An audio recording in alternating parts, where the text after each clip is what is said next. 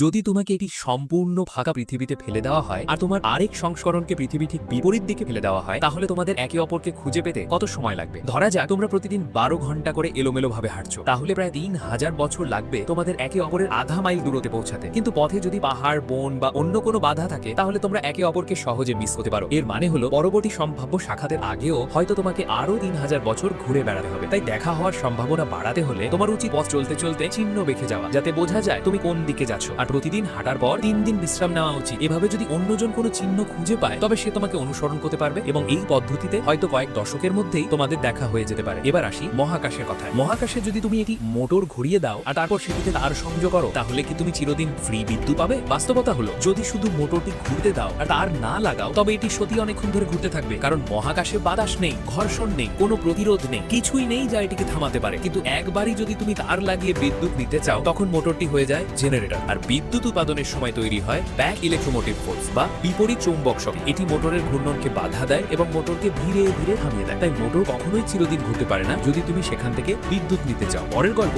রুলে টেবিলে কিভাবে প্রতারণা করা হয়।